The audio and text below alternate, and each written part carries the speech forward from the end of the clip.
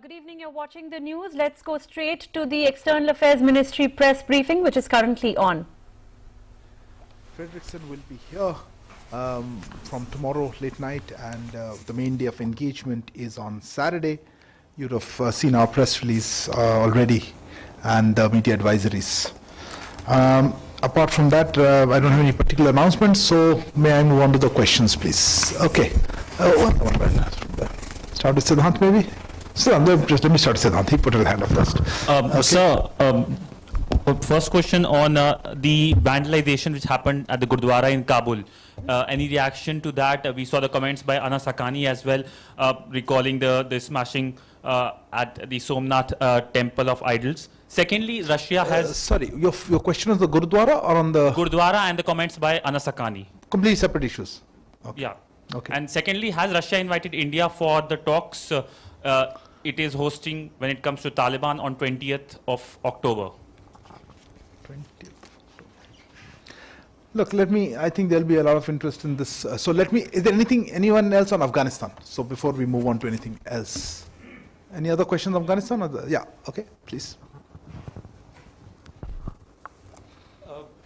अभी हाल ही में अफगानिस्तान की तरफ तालिबान की तरफ से जो कम्युनिकेशन भेजे गए सिविल एविएशन मिनिस्ट्री को लेके कि क्या फ्लाइट्स रिज्यूम हो रही हैं, और बहुत सारे स्टूडेंट्स हैं जिनको आईसीसीआर की स्कॉलरशिप जो मिली थी उनके केस पर क्या हुआ है? क्या उनके आवाजाही के लिए उनको वीज़ा देने के लिए, क्योंकि कई लोगों का कहना है उन्हें वीज़ा नहीं मिल रहे हैं, इलेक्ट्रॉनिक वीज़ा, तो इलेक्ट्रॉनिक वीज़ा का क्या स्टेटस है? कितने लोगों को वीज़ा इशू किए गए हैं अभी तक? ओके, और कोई अफगानिस्तान पे? सर, G20 लीडर्स की अफगानिस्तान पे, अच्छा G20 on Afghanistan G20 leaders की मीटिंग वर्चुअल होने वाली है 12 अक्टूबर को। क्या प्राइम मिनिस्टर मोदी या इंडिया की तरफ से कोई रिप्रेजेंटेशन इसमें रहेगा? Okay, okay, one more. Could we get a sense of what's happening to the Afghan nationals who are kind of stuck in India at the moment? I mean, I believe the number is about 2,000. They had come for various reasons like medical treatment and family visits and things like that. And a lot of them want to return. So, if there's any updates on that. Thanks. Okay, let me start with the main issue that was raised. I think I would like to begin with UN Security Council Resolution 2593. I think this articulates and guides the collective approach of the global community towards Afghanistan. As you are aware, this resolution was adopted under India's presidency of the UN Security Council in end of August. The resolution talks of ensuring that the Afghan territory is not used for terrorist acts. It talks of safe passage and secure departure of Afghans and all foreign nationals from Afghanistan. It talks about upholding of human rights, including of women and minorities, and of course of encouraging all parties to seek an inclusive, negotiated political settlement. Now, the reports, Siddhant, you alluded to, of vandalism and of intolerance, obviously raise concerns, not just for us, I suppose, across the world. And it is very important that we feel that the international community continues to insist on fulfillment of the goals outlined in the UN Security Council Resolution 2593. I think that would be what I would like to say on that.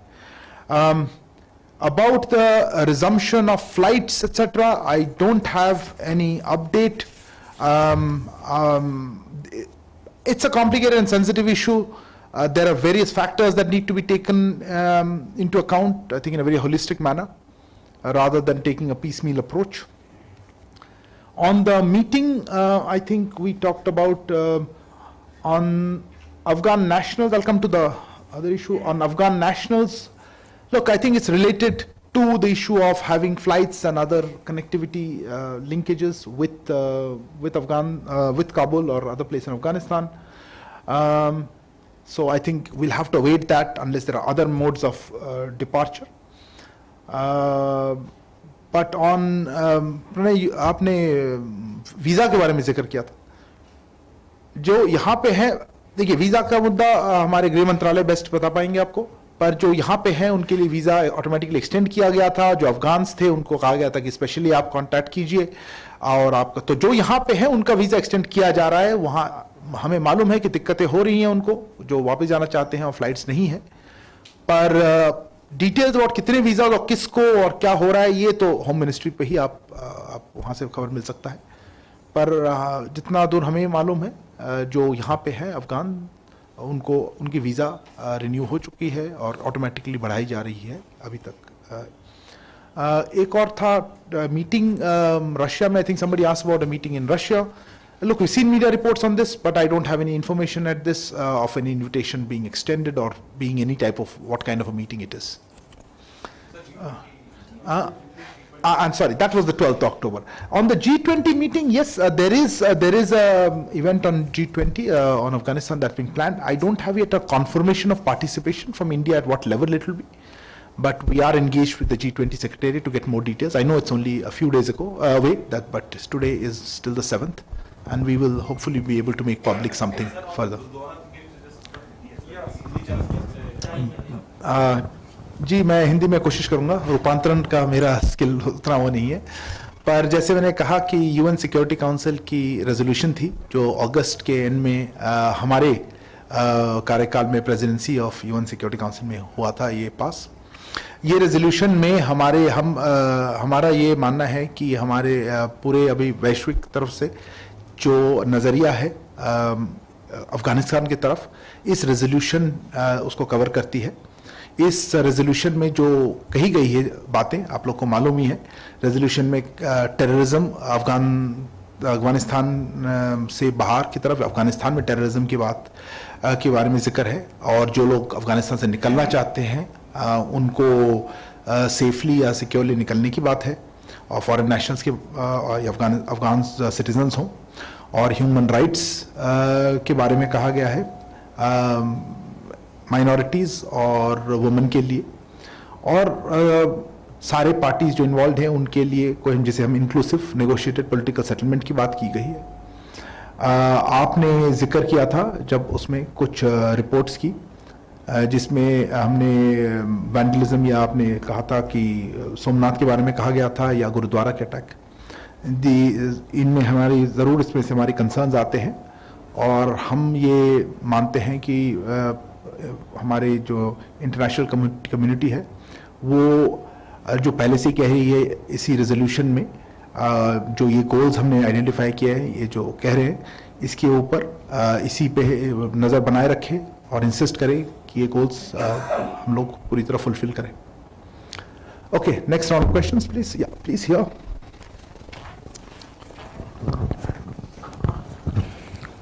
Sir Madhurendra, news nation से। मेरा सवाल sir Kashmir में हो रही हिंसा को लेकर है। 2 दिनों से जिस तरह से कश्मीरी पंडितों को पाकिस्तानी आतंकी टारगेट कर रहे हैं, नृशंस हत्या की जा रही है, उसको किस तरह से विदेश मंत्रालय और सरकार संज्ञान में ले रही है। दूसरा सवाल मेरा है, जो भारतीय चीन में पढ़ने वाले हैं और एकेडमिक्स हैं, उनको लगातार 1 साल से ज़्यादा वीज़ा नहीं दिया जा रहा। सॉरी, ये एक सवाल का एक हमारा पद्धति रही है, पर आप लोग सब 2-3 सवाल पे जा रहे हैं, तो ये 2 सवाल है। ठीक है, आपके इस बार आपने कहा, बताइए क्या दूसरे सवाल को। सेकंड सवाल है, जो हमारे भारतीय स्टूडेंट्स हैं और एकेडमिशियंस हैं, उनको चाइना में वीज़ा नहीं मिल रहा है जाने के लिए, हज़ारों की संख्या में यहाँ फंसे हुए हैं। इवन कोविड के जो टेन्योर्स हैं वो खत्म होने के बाद भी उनको वीज़ा नहीं मिल रहा है, तो उसको लेकर क्या बातचीत हो रही है।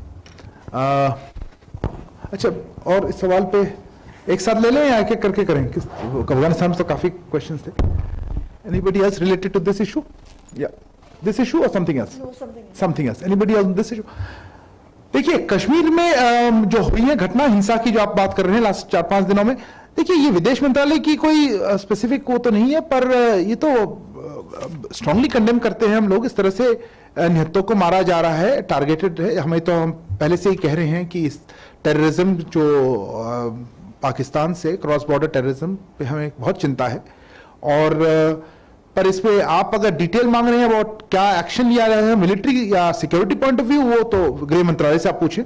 पर हमारी तरफ से इस विषय पर हम अपने सारे पार्टनर्स के साथ क्रॉस बॉर्डर टेररिज्म की बात हम लगाए हुए हैं, और हर मीटिंग में ये जिक्र करते हैं और उसको हम कहते हैं कि इसमें क्या एफर्ट्स इंटरनेशनल कम्युनिटी को लेना चाहिए। चाइना वीज़ास के बारे में मुझे कोई अपडेट तो नहीं है। आपको जिससे पहले भी हमने कहा था कि हम सिर्फ चाइना की क्यों, बाकी जगह भी जहाँ पे जा नहीं पा रहे हैं लोग, हम कांटेक्ट में हैं। चाइना के साथ दिक्कत ये है कि वो लोग सारे देशों के लिए, वो कहते हैं कि सारे देशों के लिए उन्होंने कुछ कंट्रोल्स रखे हुए हैं कोविड के तहत, और हमारी कोशिश यही है कि जितनी जल्दी हो सके इसमें कोई फॉरवर्ड मूवमेंट हो। जैसे जानते हैं कुछ और देशों के साथ काफ़ी पॉजिटिव मूवमेंट हुआ है, पर चाइना के साथ कुछ और हो मूवमेंट तो आपको बताएंगे ज़रूर। Yes please. Manish Kumar Jha from Business World. My question is regarding the Denmark Prime Minister visit tomorrow. This is regarding the Kim Devi extradition issue, which I understand Prime Minister also raised last year during a virtual conference with Denmark Prime Minister. So what is the status now of Kim Devi extradition case? And second, will there be, no, it's related to the same question. Is this a part of agenda tomorrow with the Prime Minister meeting? And second, related to the same question basically. Thirdly, related to the same question. And we often, we heard about this strategic green partnership with India. I get your point. Let me go back to what we released. This is a very important visit. This is a visit that is happening, actually the first head of state or head of government level visit, which is happening since unfortunately COVID restrictions kicked in last March. So we are looking forward to this. This is a very special occasion. We have seen the press release. Let me read out some of the important elements of it. Look, we've had regular high-level contacts, regular high-level exchange. Last year there was a virtual meeting, summit, as you referred to. External Affairs Minister visited Denmark earlier this year.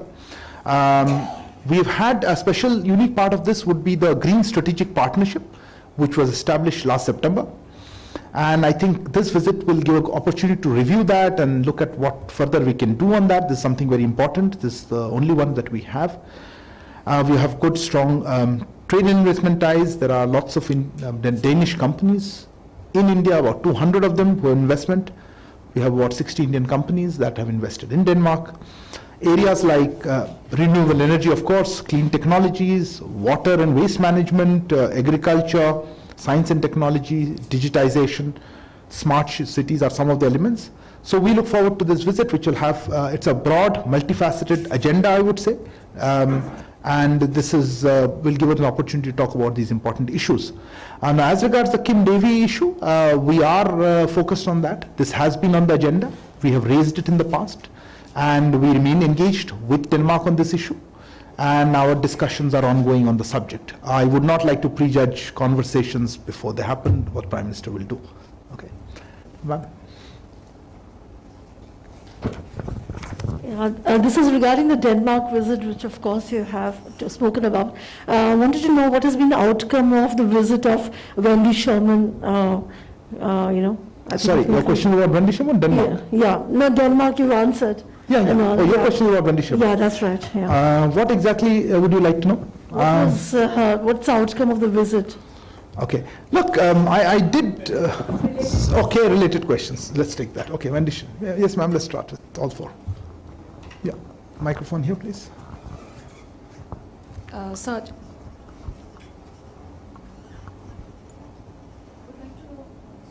The mic's off.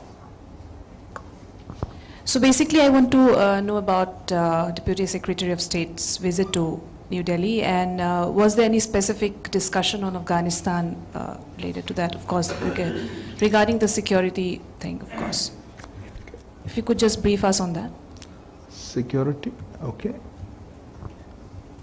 And ma'am, please.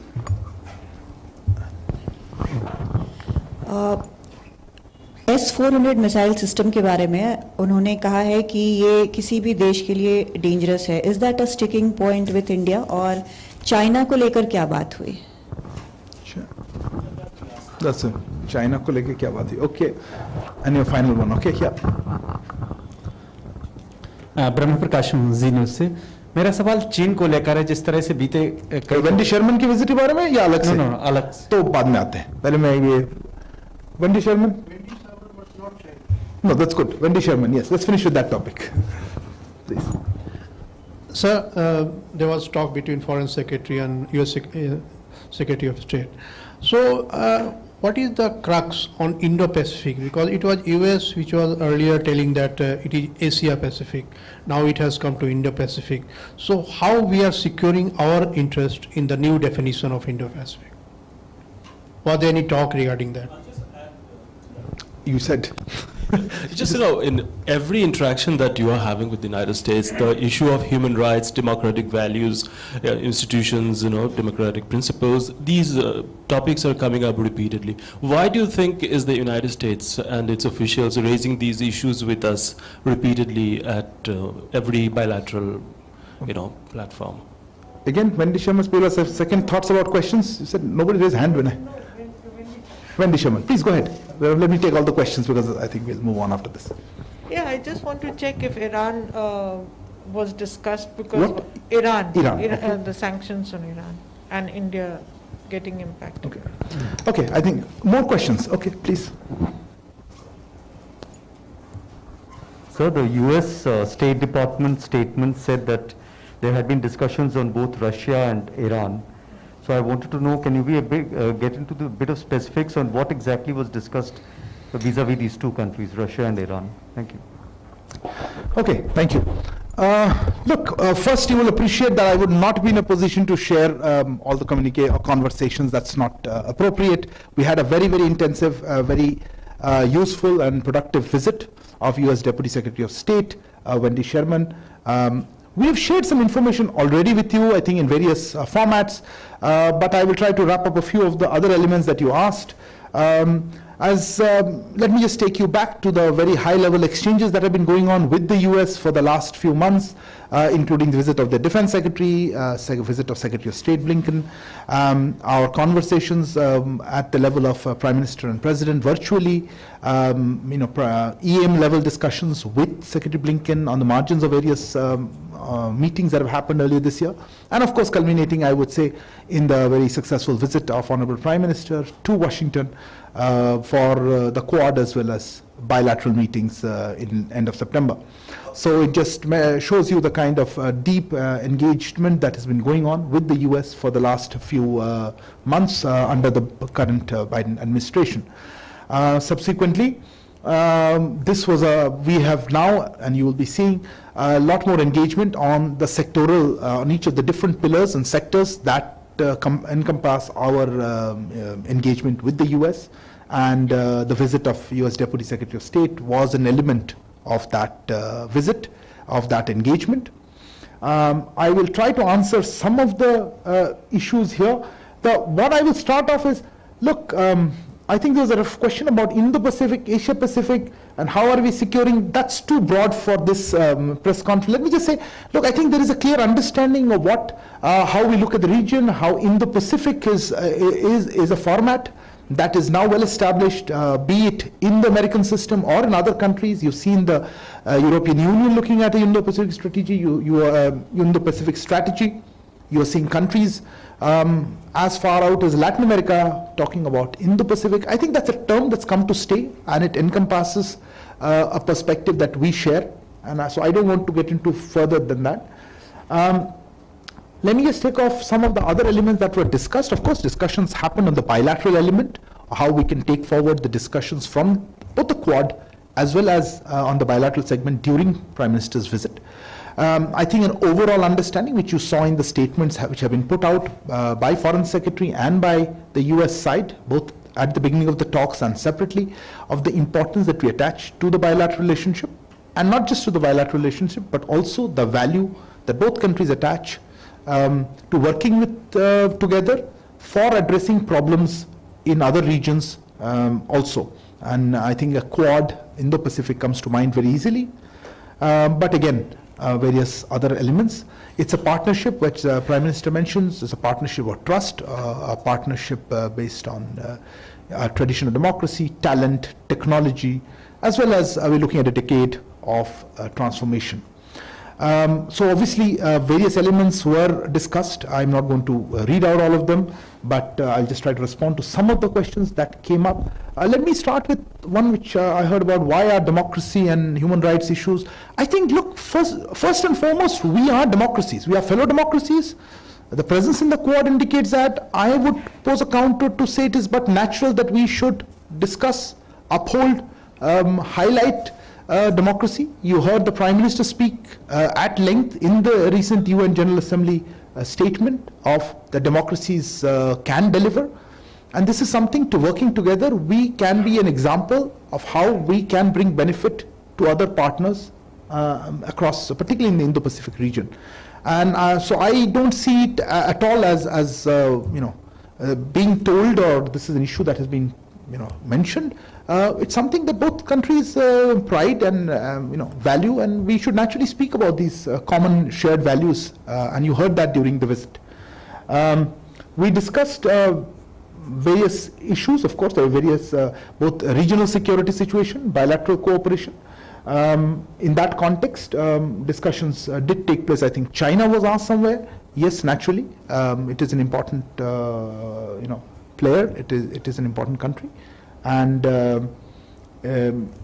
relationship. Both countries share their perspectives.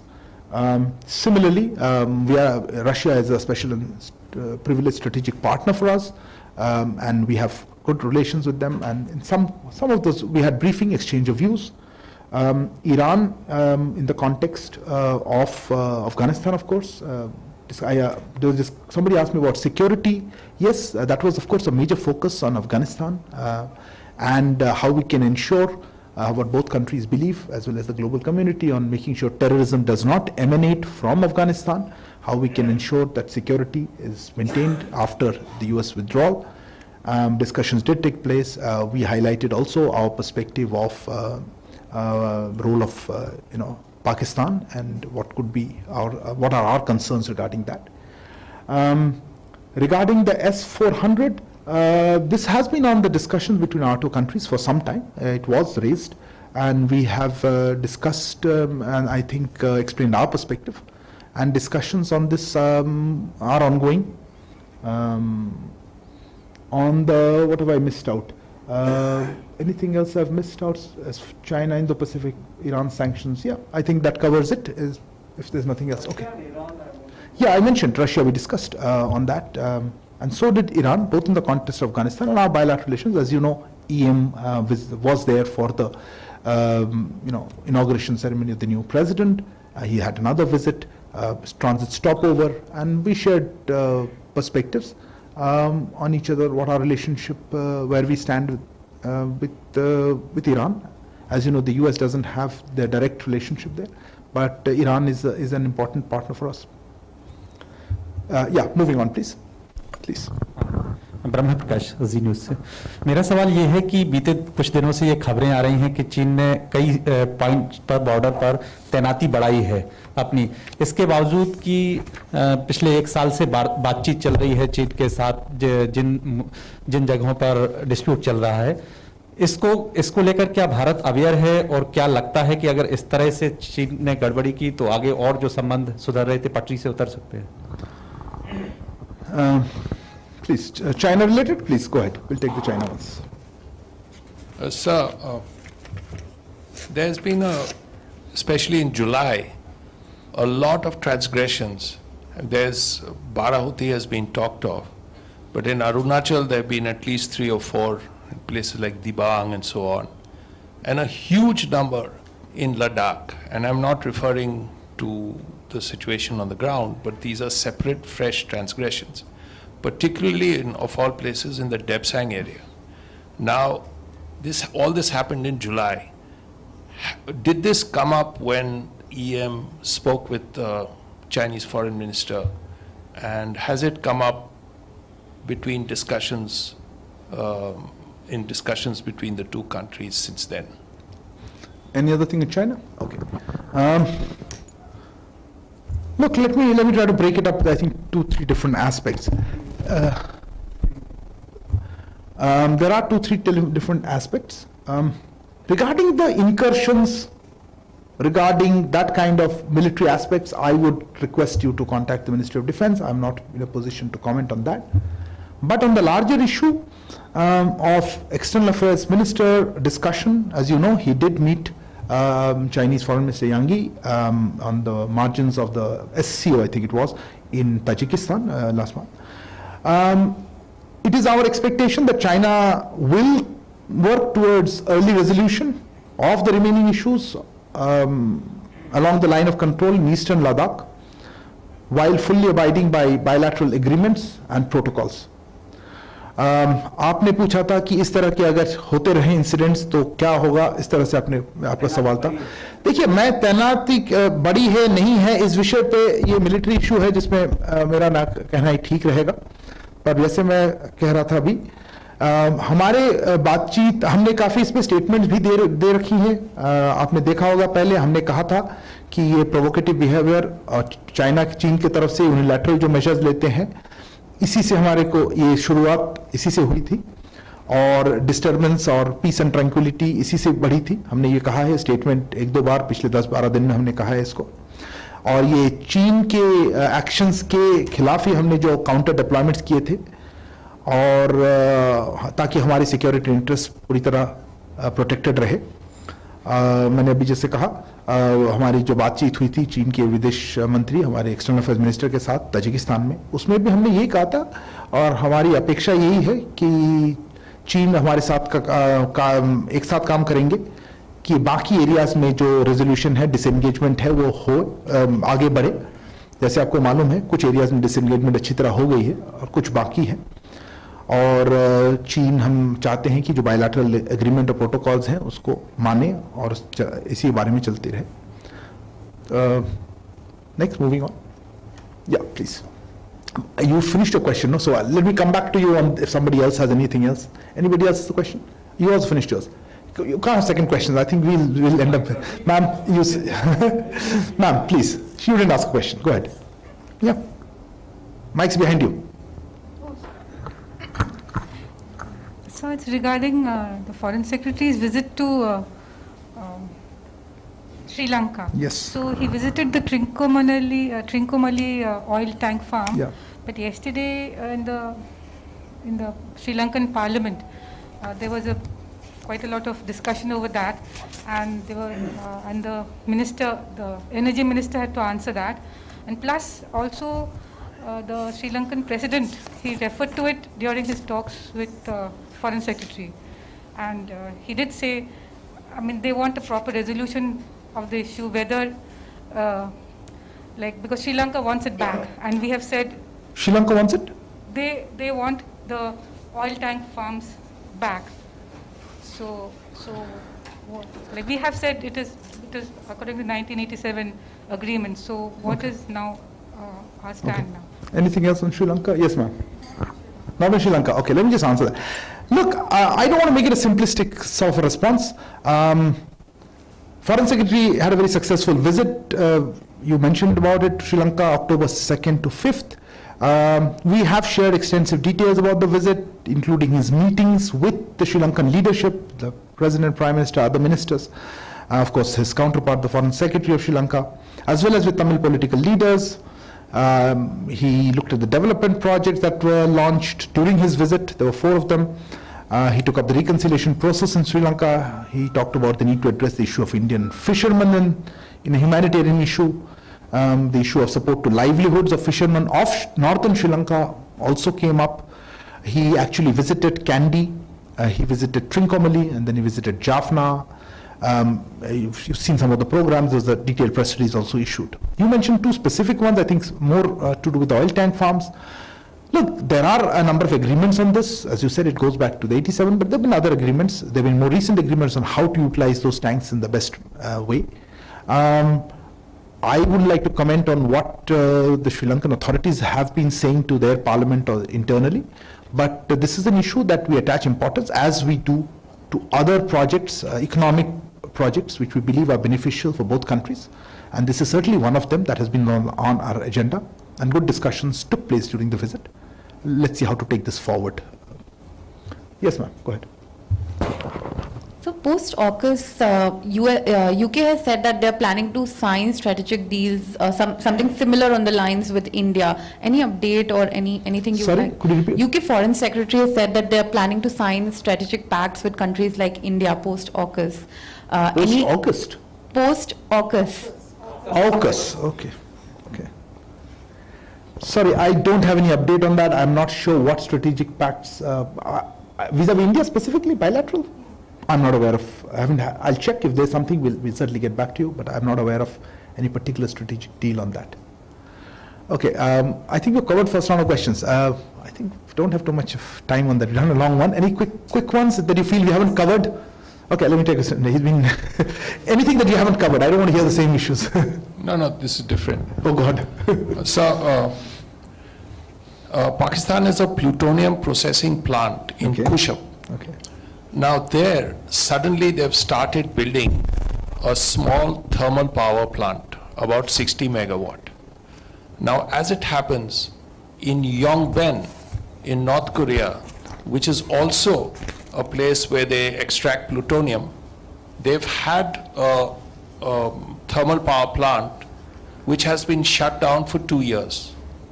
And suddenly, just as this Kushab plant is coming up, the North Koreans have started that old thermal power plant. Now, since DISA looks at all these issues, do you see any new equation, nuclear equation between the North Koreans and the Pakistanis? And this could be only one example of that. Look, my knowledge of nuclear power plants and such technologies won't be too deep, so let me just say that I'm not aware of this.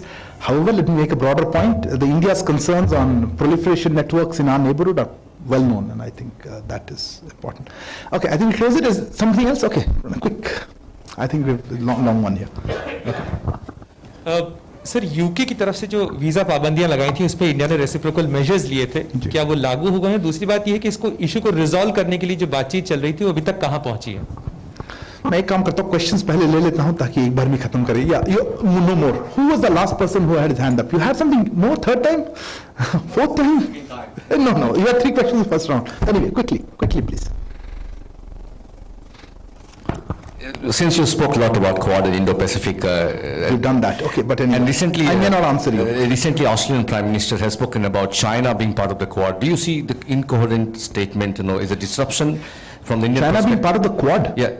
Sorry, Scott Morrison stated recently that China could be the part of Quad. How do you look at such statement? It just seems too incoherent to digest, basically. Okay. Thank you. Okay, I think we'll UK. Same question on the visa. Huh? Okay. What? Sorry, go ahead. Yeah.